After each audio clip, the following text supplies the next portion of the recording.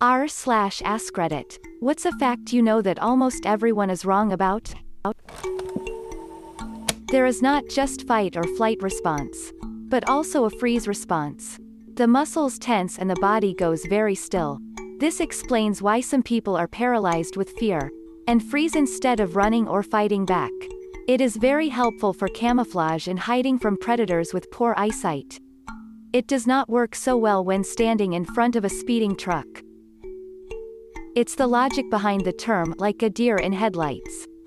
People don't seem to realize humans do it too.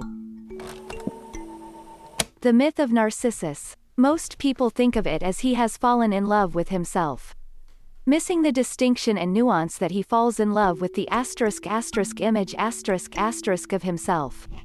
This is important. If you run into any narcissist, you will notice the image they have of themselves is quite different from who they actually are. Also, not everyone who is selfish is a narcissist.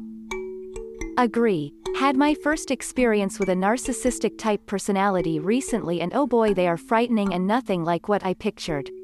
Selfish doesn't at all encapsulate it. Those that can't do, teach is a mockery of a quote by Aristotle. Those that know, do. Those that understand, teach. Migraines aren't just a really bad headache. Headache is one of the 4 possible stages of migraine. You can have migraine symptoms without your head hurting. Here's a good picture, although note that not all migraines hit all 4 stages. I used to work for a lady that got migraines with no pain at all. But her vision would go blurry and she would lose her sight for a while. That was the first time I had heard anything like that about migraines. The human brain is so complex and interesting. That's like the next worst stage of a migraine without the searing pain. It's kind of like you're tripping. But badly. For me, my hearing becomes too loud. And if it's dark, passing car lights kind of feel like being punched in the head by a sensation that isn't pain. But definitely isn't nice. A migraine seems to press your brain against your skull, setting off ringing noises as a warning sign that you do not even hear until you are already furious. Because everything is suddenly so irritating that it is as though everyone talking to you is grabbing you by the throat and screaming directly into your ear. And you'd kill all of them. Every last one. Even the ones you loved just hours ago. Theoretically. For some peace inside your head. So you snap. I am fortunate in that my migraines are temporary. I moved from a small island to a large continent. And this is to be expected. Apparently. B. My husband is now like a migraine ninja. His support has been incredibly helpful. And he has been very understanding. He worked out that I had a magnesium deficiency. Worked out exactly how much Xanax min dose was needed to set me into sleep when it was really bad. He has painkillers, B-vits and caffeine stuff in his bag for me if we travel, and I just can't see anything right now due to the stabby nature of the sunlight. Anyway, my point is that migraines are not a headache. They can cause a headache. But migraine encompasses a range of symptoms that are kind of hard to deal with. Especially given that sometimes you haven't yet realized that you have started to have one. One bit of advice I'd give to non-sufferers: just look out for friends and colleagues who seem to change behavior when the atmospheric temp changes. Or there is a storm. Migraines affect your behavior long before the headache. Relevant for tax season. It confounds me how many people don't know how marginal tax rates work. It's not a flat percentage of income based on which bracket you're in. It's tiered in steps, where each bracket is taxed individually. Let's review the math. In tax year 2019, the new tax brackets are as follows. For ease of math, let's assume you are a single, unmarried individual. $0 to $9,699 isn't taxed. $9,700 to $39,700 is taxed at 12%. If you make $39,700 or higher, the total income tax paid in this bracket is $3,572.88. Final numbers get rounded. But we'll get to that. $39,700 to $84,199 is taxed at 22%. Now, just to give you a little comparison point. Let's suppose that as a single individual you will make exactly $39,701 in 2019. Most people believe that this entire amount would get taxed at 22%, making you pay $8,734 in income tax. In reality, you only get taxed on those couple dollars that are in the 22% bracket. I'll split the math up down below for formatting purposes. The real calculation. We already showed above that $9,700 to $39,474 is taxed at 12%. So the income tax in that tier is $3,572. 88. So $3,572. 88 plus $39,701 to $39,700 asterisk 0. 22 equals a whopping $3,573 rounded down to the nearest dollar. In case you missed the math, you only got taxed at the 22% bracket on that single dollar that bumped you over. The insane misunderstanding of this system leads to people turning down raises because they think they're actually losing money by getting bumped into the next tax bracket. Also, if you get a huge refund this year, that's not something to be excited about. You are effectively loaning the government your money at 0%. If you enjoy this method as a sort of forced savings account, it's an incredibly inefficient way of budget. Set up auto withdrawals to a high-interest savings account, or better yet a tax-advantaged retirement account, to automate your savings and you'll never miss the money. Diamonds are not the most valuable ore, $2,000 to $25,000 per carat. That crown goes to jadeite, $3 million per carat. Most people say that trees are good against climate change. They think trees will receive all the CO2. But actually we have to thank phytoplankton for making 80% of our oxygen. And for receiving CO2. Beer won't skunk if you let it get warm after getting cold. It's all about light exposure. Edit. Thank you to everyone who was able to better refine the statement that I made. It should be noted that extreme and extended changes in temperature will in fact affect the flavor of a beer. Good one. My organic chemistry professor in undergrad worked on the beer side of food science. Every Halloween he would show the episode of a European documentary about beer skunking. If I remember correctly, a compound in the hops was light sensitive and would break down, produce a thiol compound when bombarded with sunlight, which the documentary kept humorously referring to as the cat piss compound. Our professor called it skunky thiol.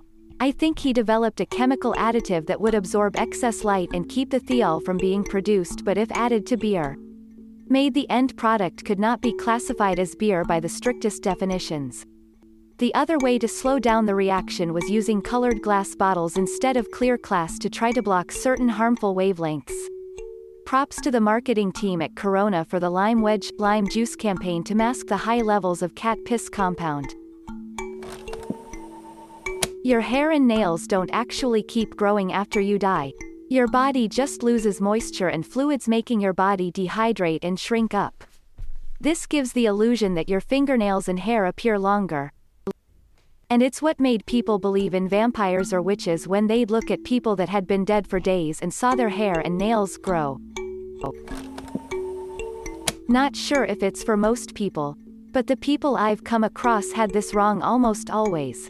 Canberra is the capital city of Australia, not Sydney. Being schizophrenic does not mean you have multiple personalities. To add to this, schizophrenia, schizoaffective disorder, schizoid personality disorder, and schizotypal personality disorder are fairly distinct from one another.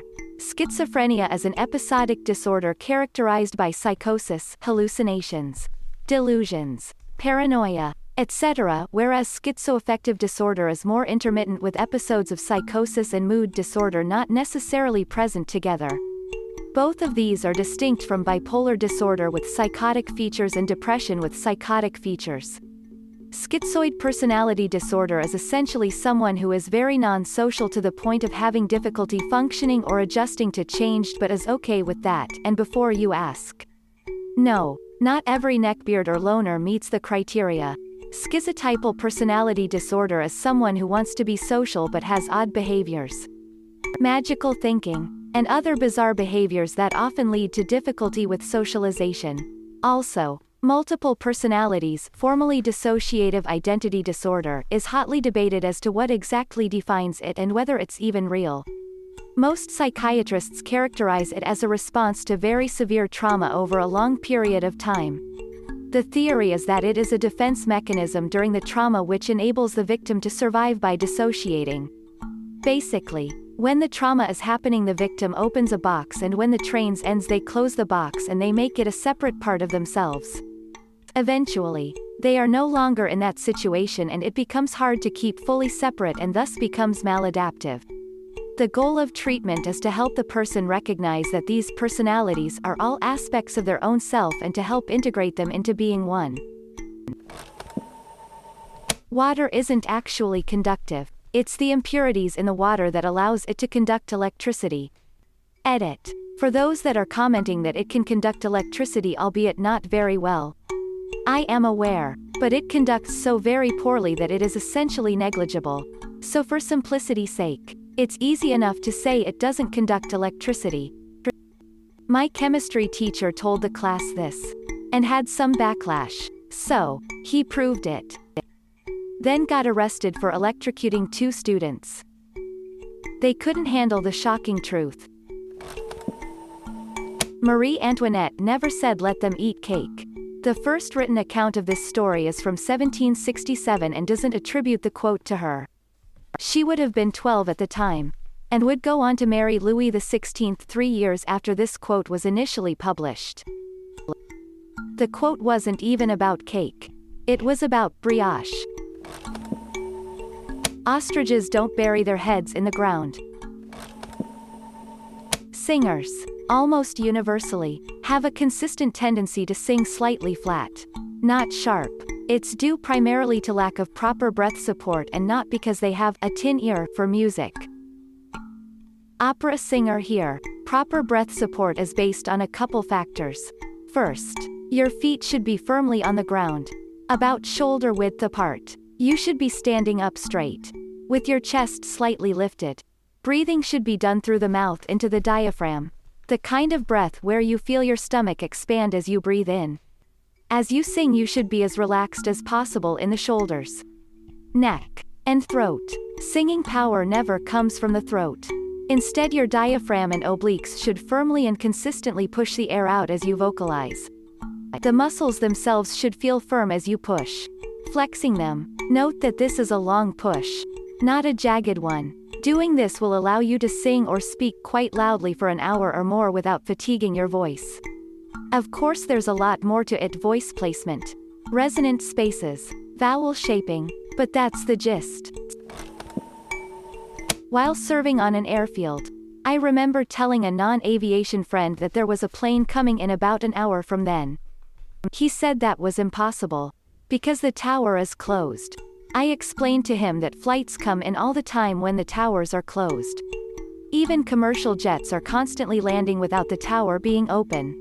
He absolutely blew up, said I didn't know what I was talking about, and that planes would crash all the time if that were the case. How could planes land without a tower? That just makes no sense.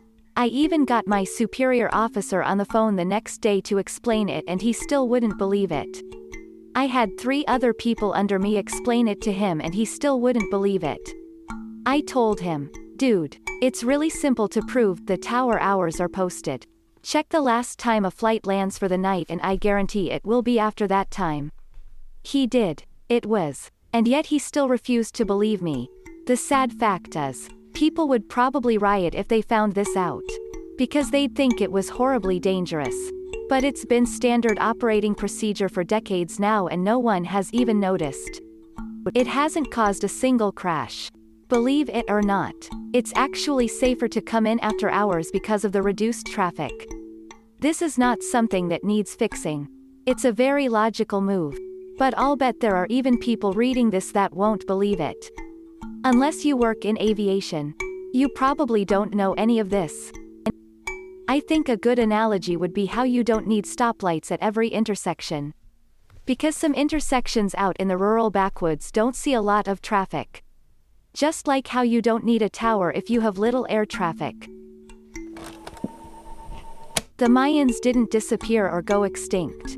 They still live in Central America and speak at least 24 different Mayan languages. The last Mayan city didn't fall to Spanish conquest until 1697.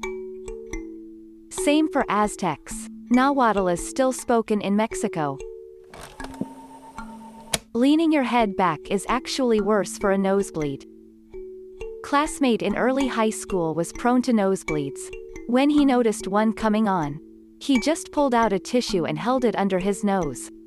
One time, a teacher told him to tilt his head back and he just said, "If I do that, the blood will clog up my nose and I'll have to go to the doctors." Quote. Dopamine isn't the pleasure chemical. You see the misconception all the time. Someone indulges in their favorite vice and says gotta get my dopamine rush. But dopamine isn't about pleasure. It's about craving. Our dopamine levels don't spike when we get something we want. They spike when something we want becomes available. And go down once we actually get the pleasurable thing. Dopamine isn't the rush of driving fast. It's the green light that tells you to go. Edit. Obligatory thanks for the silver and rip my inbox. And like some folks have pointed out, I'm oversimplifying for the sake of brevity. Dopamine has a lot of functions. Different pathways and receptor sites, etc. But for what I'm talking about, here are some sources. Dopamine, rewards, and the brain https. Mindblog. Derek Bounds. Net 2013-09, Dopamine Rewards in Brain. HTML. With a handy little infographic. Dopamine Jackpot. HTTPS. www.youtube.com. Watch V equals Axary WDP9E0 featuring the inimitable Bob Sapoxy. That's also why drugs that work through dopamine tend to be more addictive. The pleasure chemical is a title that fits better for serotonin. But still, it's a massive simplification to think that the brain works with a chemical for pleasure. One for reward, etc. There are multiple chemicals involved. Your flight isn't delayed because the tower says so. They blame it on us, air traffic control, because if the airlines admit the blame on themselves they may have to reimburse you. Edit. It's weather 90% of the time. Thanks for watching. If you enjoyed the video, please smash the like button and subscribe for more daily videos.